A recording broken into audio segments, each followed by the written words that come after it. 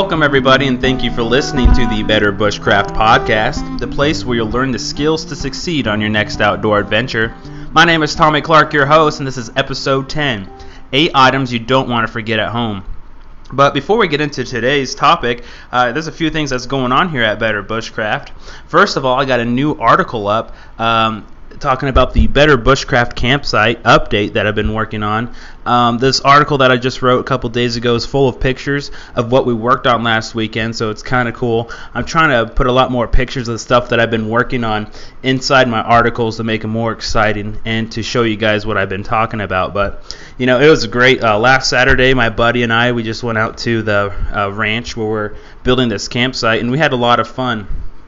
We started off, you know, just we had a chainsaw and we cut up some tree stumps for some camp seats. I know that's not very bushcrafty using a chainsaw, but man, it was a huge tree that we cut it from, and it would have taken forever. So anyways, we made some camp chairs, and we started actually working on the top part of our shelter structure. And after a while, we just decided to go with more of a dome-shaped size, or a dome-shaped structure, just to be able to run the water off, because we were just trying to debate the way that the ground is not quite level, so we didn't want it to pull up on one side or the other. But anyways, we worked on that for a while and got that kind of situated, started actually making the ribs or whatever of the dome, and then we're going to go back out this next Saturday here in 2 days or so, in 2 days, and we're going to top it off with some CRP grass and kind of weave it in and trying to make like a grass dome shaped structure on top, as well as fill in some of the holes on the sides of the structure itself. So anyways, like I said, we had a great time. We have the ability to go collect water right from our shelter, because on the other side of the pond is a natural spring that actually just trickles down into the pond. It's really cool. So we collected about 4 canteen cups full of water, and we boiled that, and we made some pine needle tea, and we made like a Cajun meal for a quick snack, and we had a lot of fun. You know, my buddy, he's getting into bushcraft a lot more, which is exciting. So he showed me a couple new knots that he's been learning about, and they were pretty cool. That's something that I really need to work on, is my knots. You know, I could do it just to get by, but these knots that he showed me were really cool, so that was pretty exciting. You know, we just had a good time, just a lot of laughter, made fire, you know, all that good stuff. But anyways, like I said, I wrote up a whole article about that, so if you want some more information, you can check that out on the website.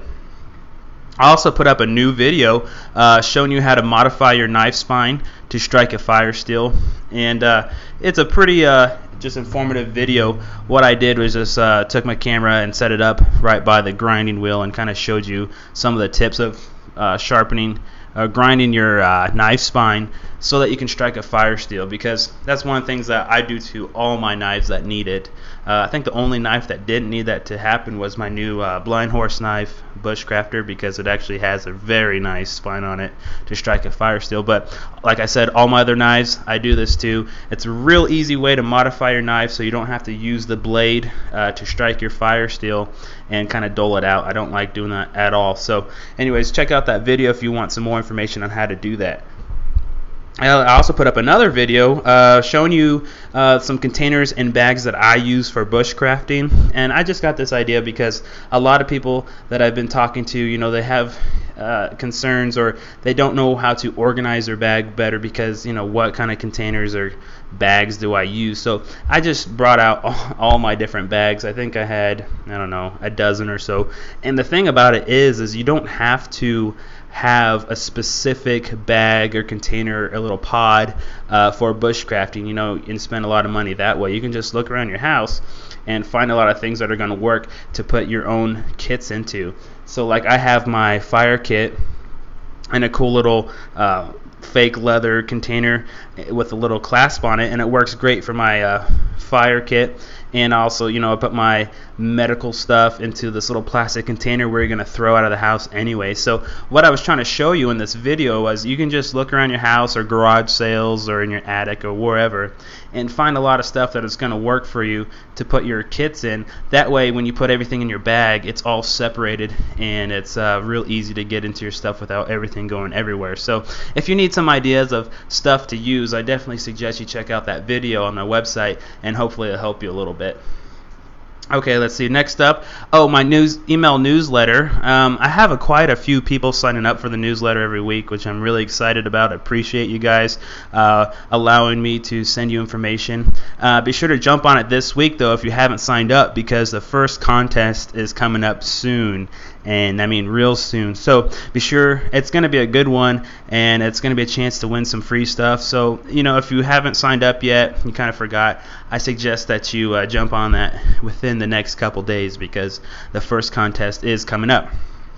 Oh, also on my website, I would appreciate if you guys check out my store on the website.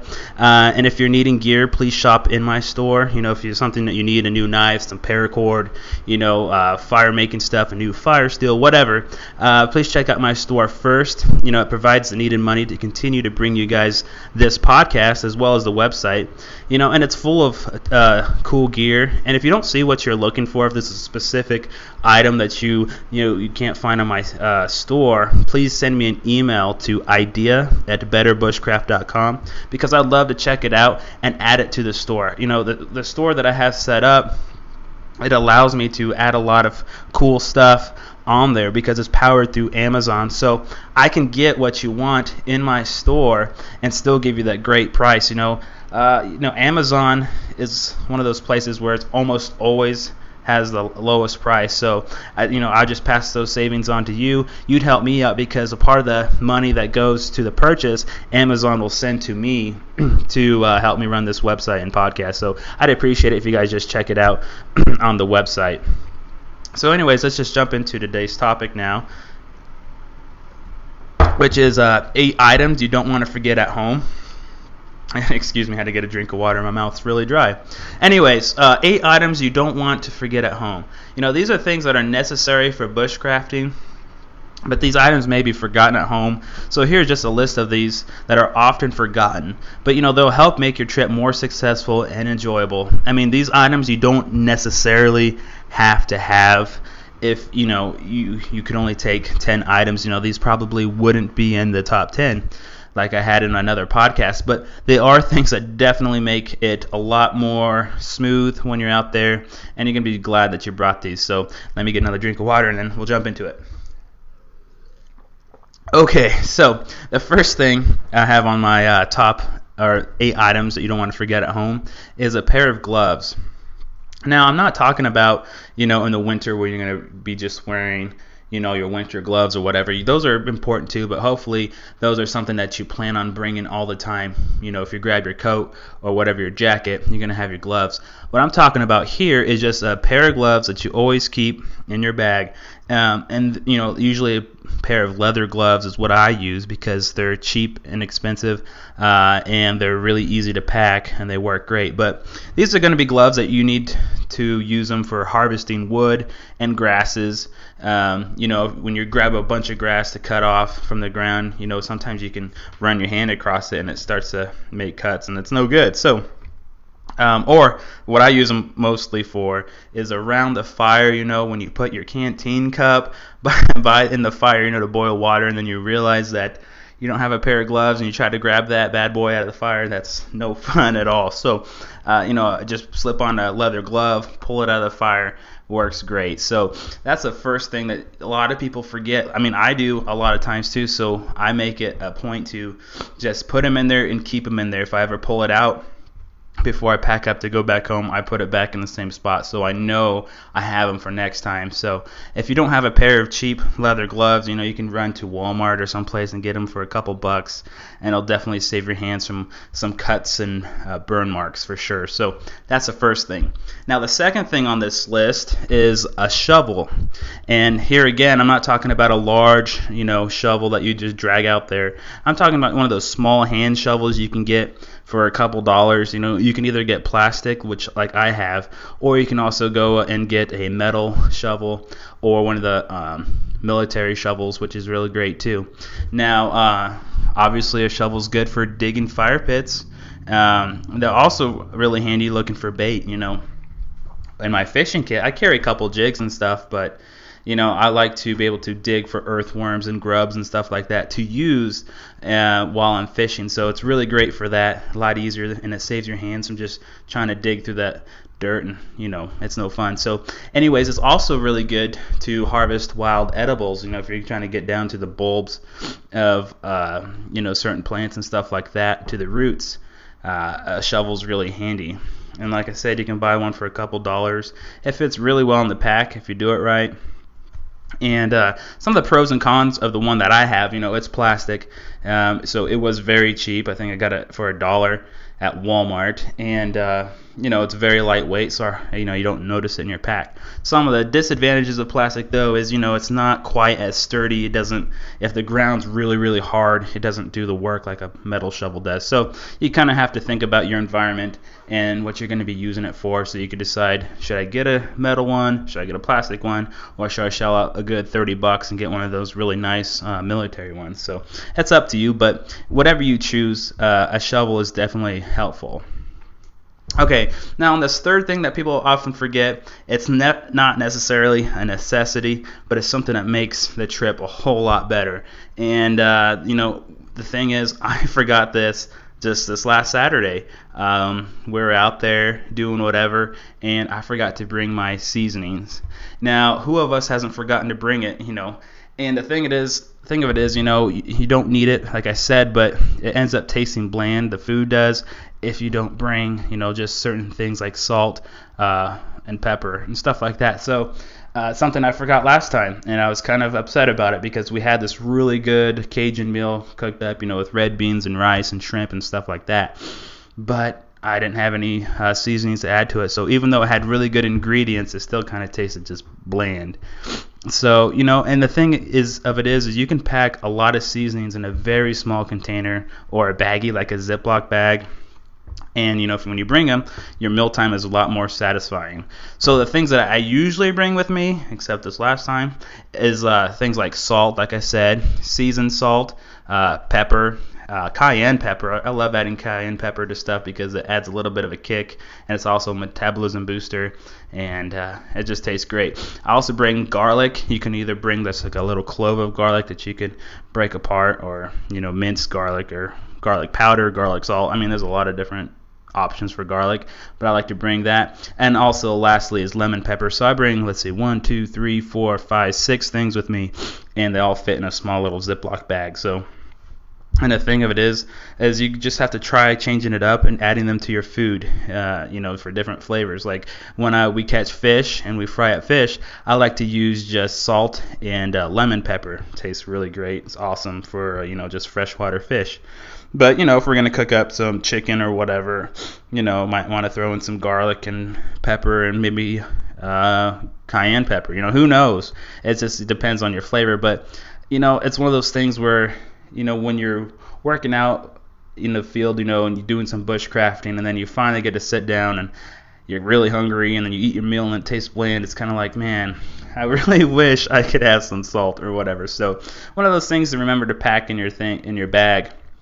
You can slip it into a small pocket. You could slip it into your food kit or what have you. But anyways, that was number 3.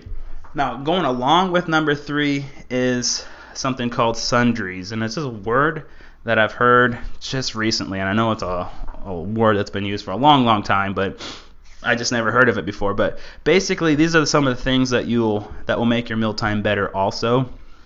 And, these can be brought with you each time you go out, or do what I'm starting to do and leave them in an army ammo box out at your bushcraft site to make it easier. So, it's really nice that we have a site to go to that is on private property, so we don't have to worry about people getting out there. But what we're going to do is just put all these different sundries in an ammo can, along with other necessities. But we're going to put in an ammo can and leave it out there, so when we need them, we don't have to bring them with us each time. But even if you had to do that, just bring them with you each time, some of these would be good to add to your bag. So some of them that I'm talking about are honey, lard, cinnamon sticks, teas, cocoa powder, and etc. So I'm going to go over them real quickly. Like honey, for instance, I love honey. I used to hate it as a kid. I don't know why I started liking it, but I really like it now. So I like to add honey to my tea as a natural sweetener, and it tastes really great. It's an energy booster. It's got a lot of great stuff in it for you. But you could also use it for other things too, such as if you get a nice big cut or scrape on you, you can put some of the honey on there, and it's really good for that. To kind of seal it up and keep out anything bad from getting in there. So, and then lard. It's something that, obviously you can cook with it. You can fry up some stuff with that as well. But I kind of give props to Dave Canterbury. I've been checking out his videos lately, and he showed a lot of different uses for lard. But some of the things I never thought of, but it makes sense. He said you can use it for putting it on your lips as a chapstick type thing for keeping your lips getting chapped. Oh, and also you can use it to put between your armpits and your legs if you are chafing or stuff like that. So he listed a lot of things, but basically lard is something that is really easy to keep with you. It doesn't go bad or anything like that, so I definitely suggest you bring that. Now, cinnamon sticks I bring with me a lot because I love cinnamon tea. I drink, 3 to 4 cups of cinnamon tea a day. Tastes great. I showed you in a past video how to make that. I think I actually included that in my Esbit pocket stove video. But anyways, I like to boil up cinnamon sticks and then add the honey to it. Cinnamon not only tastes great, but it also is really good for your blood circulation. If you have a cough or cold, it's really good for that, and a lot of different other things. But I definitely suggest you bring that, as well as, like I said, teas. You could bring green tea, black tea, whatever types of teas you like, just to add to your water to make it taste better. And cocoa powder, for making hot cocoa. Not only does it taste great, adds, much needed calories and stuff like that. So anyways, these will just make mealtime and snack time a lot better. So that was number 4.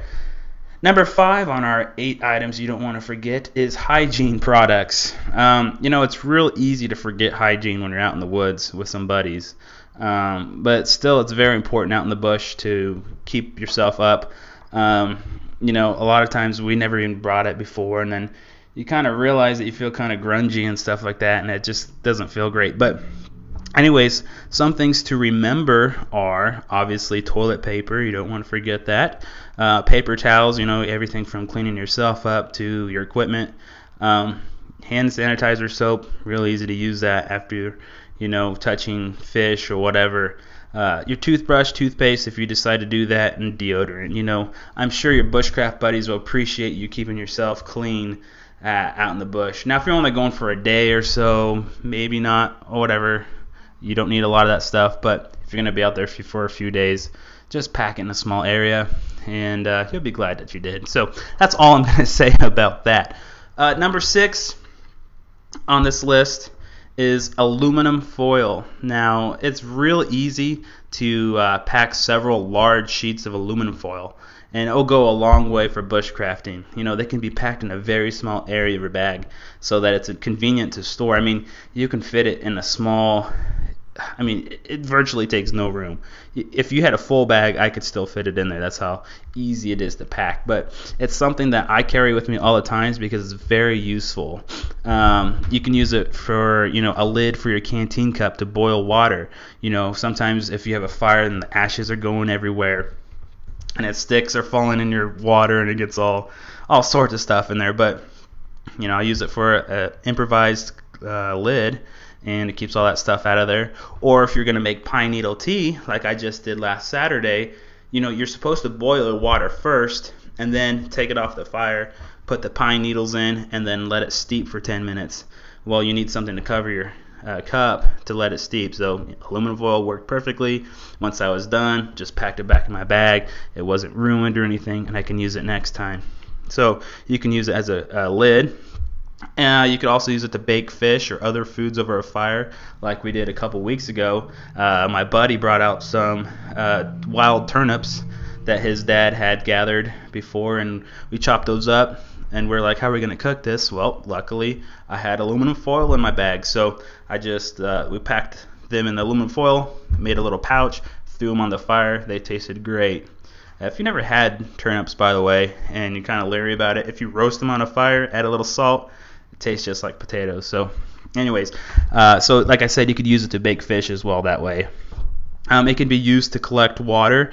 Now, I know aluminum foil, if you try to make it watertight, it doesn't really work, but it could be used as an improvised, bowl, to eat out of, or to collect water really quickly, to dump, or, make it into a spoon or whatever. Or if you had enough of it, you can kind of make like a solar still or something like that. You can get creative with it since it's so flexible. You can use it to collect water that way. You can use it as an emergency reflector mirror. If you somehow got stranded out there and you needed to signal someone and you didn't have a mirror, that would work pretty good. Like I said, an improvised bowl. You can cut up vegetables on it. If you don't have any place clean to cut up stuff, you just lay it down somewhere over a rock, cut up your vegetables. Really easy way to keep everything sanitized and sanitary. And the last thing I have on here is you could also use it as a base for your fire to keep out moisture from the ground coming through. If you're having a problem with that, you can lay a sheet down of aluminum foil, then you build your fire on top of that. It kind of helps build your fire up. But there's so many more uses for it. It's easy to see why you should pack it. So I definitely suggest you pack some aluminum foil. It costs a couple cents to do, and with all those reasons to pack it, I don't see why anybody wouldn't. So let's jump on to number 7 is tool sharpeners. Now, it is very frustrating to be out bushcrafting and realize your knife and tools are dull.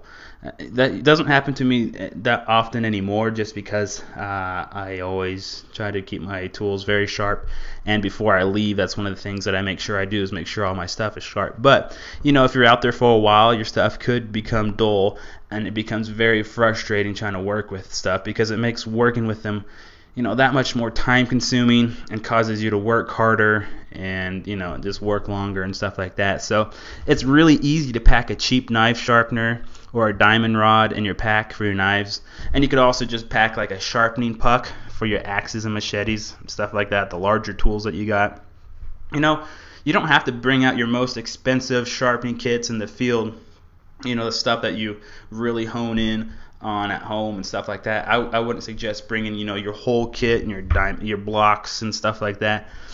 Just go to Walmart and pick up one of those inexpensive knife sharpeners that will put a little bit better edge on it than not having one at all. You can bring one of those and then pick up like an $8 sharpening axe puck as well, and you can touch up your axes that way.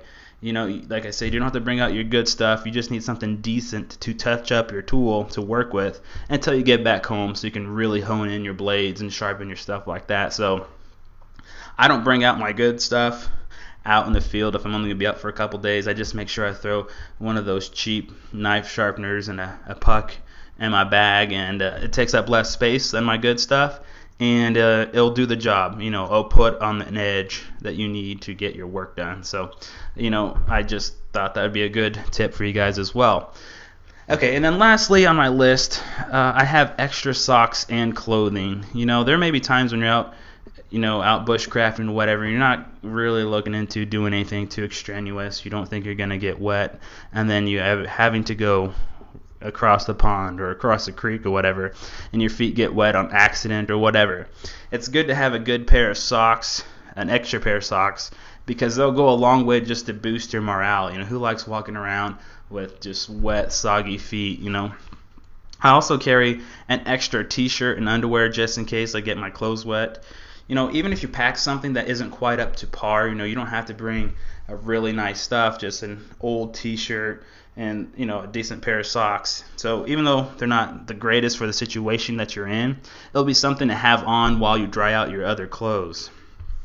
So you just take off your wet clothes or your wet socks or whatever, throw on the other ones for a couple hours or an hour, however long it takes you to dry out the other stuff. At least it's something that you can have on while your good stuff is drying back out, and then once those are dry, just throw those back on. No big deal. But it's just something that can fit in a very small space. Like I put mine in my dry bags that I got. I can fit them in my small dry bag. It takes up basically no room in my bag if you do it right.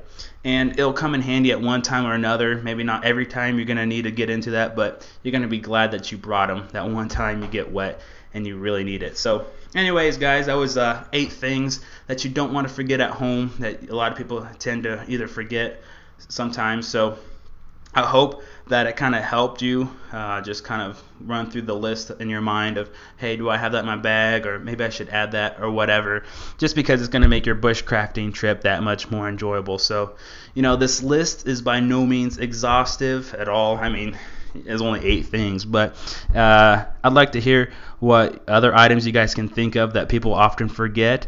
If you could just send those ideas to idea@betterbushcraft.com. I would like to bring them up in a future podcast for other people. Something that either you forgot before or you forgot several times. I am willing to bet other people forget it too. So I'd appreciate if you just send those ideas to me so I can make a follow-up podcast about this so that we can all learn and be like, oh yeah, I need to pack that in my bag. So I'd appreciate that. So I got a quick question to all my listeners, and I'm going to do this, I think, every podcast, just a different question just to see how things are going with everybody. But this first question is a series of questions, but I'd appreciate you guys if you can send your ideas to me. It's just a question about how am I doing? Are you guys enjoying the show? Are there things that you'd like to hear about that I'm not covering? Am I speaking too fast? Nah. Never mind. I'm not going to change the way I speak. This is the way I am. Never mind. Scratch that one. But just, if there's things that you want to hear about, or do you like the format of the show? And basically I'm asking, do you like the length of the podcast? I try to keep it between 20 and 30 minutes. Sometimes I go under, sometimes I go over. But that's basically what I'm aiming for. I don't know if that's what you guys are wanting to hear about, but if you guys could just send me, a quick email, say, yeah, the show's great, the length is great, or whatever, or can you condense it a little bit, or could you go longer, whatever, I'm willing to hear what you guys have to think about on that. Like I said, any insights and thoughts would be appreciated because I want to make the show more enjoyable to listen to and be informative. I don't want to just give you information. I want it to be fun and something that you guys like to listen to. So you can send any thoughts to, the email, like I said, idea@betterbushcraft.com, and I'll definitely look at those and try to tailor this show to what you guys want. So I'd appreciate that. So also, like I said at the beginning of the show, be sure to get on the email newsletter. I will be having a contest very soon. So if you'd like to receive news alerts from me and a monthly newsletter, just jump on that as well. I promise I will not spam your email or give it out to anybody because I hate junk mail as much as anyone. I really, really get frustrated when, your email account gets spammed or whatever, and anymore it usually gets filtered pretty good, but I had to completely stop using some of my email accounts of the past because it just got spammed consistently, and I was just tired of it. So anyways, I promise I will not give it out to anybody, and I'll only send you stuff when I feel like I need to. Maybe one time to 3 times a month at tops, I'll send you guys stuff, and I'd appreciate if you join that newsletter as well. So guys, be sure to check out the Better Bushcraft website and other things such as my YouTube page at Better Bushcraft. Been getting more subscribers on that. Really appreciate anybody that has a YouTube channel or whatever just to subscribe to mine. I appreciate the views and all the nice things that people have to say about that. On Twitter, you can follow me at Tommy B. Clark. That's Tommy, the letter B, CLARK. And I'll send stuff on Twitter whenever I either post new things or have an idea or something to share with you guys that way. Like I said, the newsletter is on the website. Check out my store. And lastly, just check out the website and please leave comments. I'm having a lot of fun commenting with different people that have either questions or comments to say. It's really cool just to know who's out there listening to the show and checking out the website. And I promise I'll get back to each and every one of you because I appreciate everything that you guys are doing for me. So also, last thing before I go, would you please, like, if you visit bushcraft forums or survival forums or, knife blade forums, there's a lot of cool forums out there, but if you guys do visit these sites, could you please let other people know about this show and the website? Just say, hey, check out this podcast, or I learned this on this website, or whatever, because any links to my site helps others find out about it. So I want other people that don't know that this show is here to learn about it, so we can all learn together and hear what they have to say as well. So anyways, guys, thanks for your help. Thanks for listening to this podcast. Hopefully it gave you some ideas of things to bring with you and not forget. And we'll see you guys next week. You guys take care.